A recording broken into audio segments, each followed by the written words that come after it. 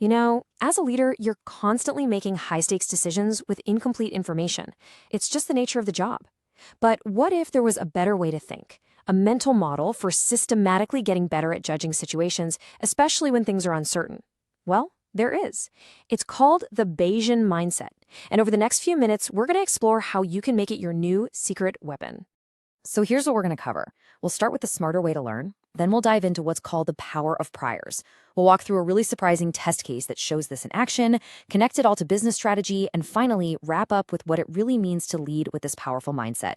All right, let's kick things off by grounding this whole concept in something we all do every single day.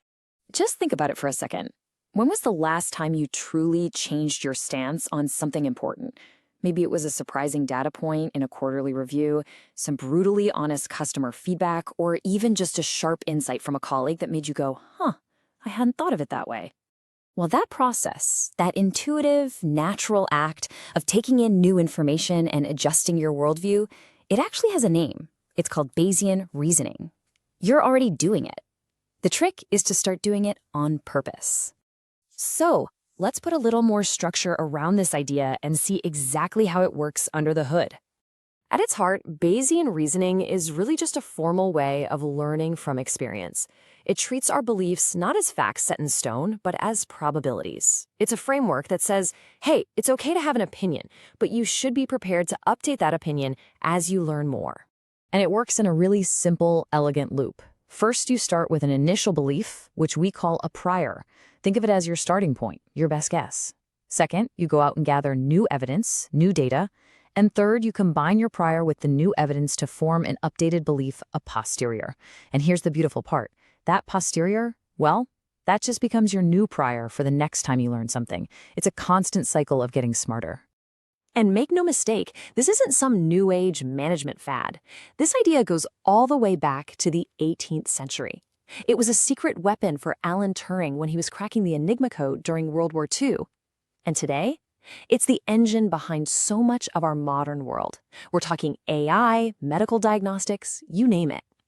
Now, to really understand why this is so critical, let's run through a quick thought experiment. One where our natural intuition tends to lead us completely astray. Okay, so imagine there's a medical test. It's designed to screen for a condition that's pretty rare. And the test itself is known to be very accurate. Now, here's the first and maybe most important piece of information. This is our prior. We know from data that only 1% of the population actually has this condition. That's our starting point. Keep that number in your head, 1%. And, like I said, the test is good. It's 90% accurate, meaning it correctly identifies someone with the condition 9 times out of 10. It does have a small error rate, but 90% accurate sounds pretty reliable, doesn't it? All right, so here's the big question. You take this test, and your result comes back positive. What do you think is the actual chance you have the condition? Now, if you're like most people, your gut is probably screaming something around 90%. But that's not even close. Let's actually walk through the math. Imagine we test 100 people.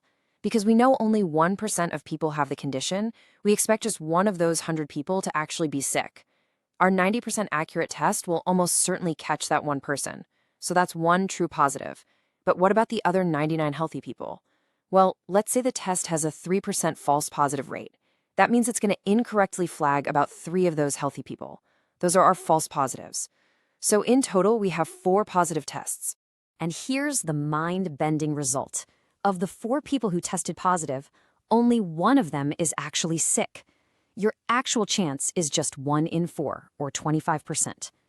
Our intuition completely fails us because we get fixated on that shiny 90% accuracy number, and we forget all about the most important starting point, that tiny 1% base rate. So why are we talking about medical tests? Because this exact same logic applies directly to the world of business. That critical base rate we just talked about, that's just another name for your core assumptions about your market, your customers, your whole strategy. And the truth is, you're already using Bayesian systems all the time. Your email spam filter, it's constantly updating its probability that an email is junk. A/B testing a new feature on your website, that's pure Bayesian thinking. You have a prior belief that version B is better, and you update that belief with real user data. recommendation engines, agile development. It's all built on the exact same idea. Start with a belief and then relentlessly update it with real-world evidence. And this brings us to the most important point of all. This isn't just a statistical tool or a neat trick. It's a fundamental mindset shift for how to lead in a world that's constantly changing. You see, a Bayesian leader operates from a place of what you might call intellectual humility. It's a huge shift away from feeling the pressure to be right all the time to a focus on getting it right over time. Your job isn't to defend your initial idea to the death. Your job is to build the best possible process for improving that idea.